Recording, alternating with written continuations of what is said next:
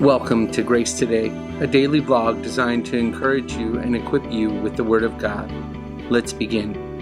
All right, friends, as we continue to think on what we learned this past Sunday from Colossians 1:5, where Paul says, because of the hope laid up for you in heaven, of which you previously heard in the word of truth, the gospel, we talked about how there are two different understandings of the way of hope, or of the word hope even.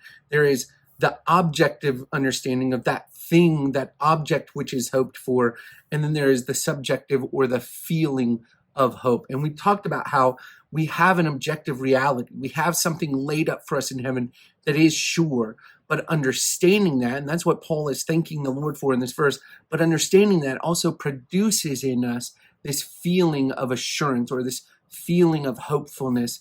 And that really is a great blessing. And what is really the anchor of that blessing is what had caused it in the Colossians. It wasn't just that they summoned up the courage or they convinced themselves they had the power of positive thinking about this hope, but rather they had heard of it in the word of truth, the gospel. You see, it is the gospel that is the sure anchor, the assurity of our hope, meaning that object. It is the gospel that is the reason we have that object laid up for us in heaven.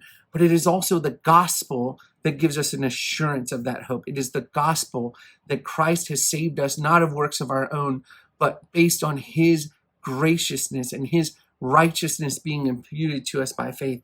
That is what should give us that feeling of assurance. And I want to encourage you today to search your mind, search your heart, and see if you are lacking assurance. Perhaps it's because you're trying to find it in the wrong place. You're trying to find it in yourself instead of remembering the gospel. And let me encourage you, if that's true, preach the gospel to yourself today. Google or look up on YouTube somebody that really knows well how to articulate the gospel briefly, or listen to this past Sunday's sermon. I tried to give it very clearly and concisely towards the end of the sermon, and just preach that to yourselves and remind yourself that this is the source of our assurance, that feeling of hopefulness. And let that be a blessing to you and a reason for you to go to the Lord in thanksgiving today.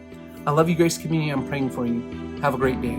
Thanks for tuning in to the Grace Today vlog. For more information on Grace Community Baptist Church in Elgin, Texas, or how you can support this ministry, check out the links in the description below. See you tomorrow.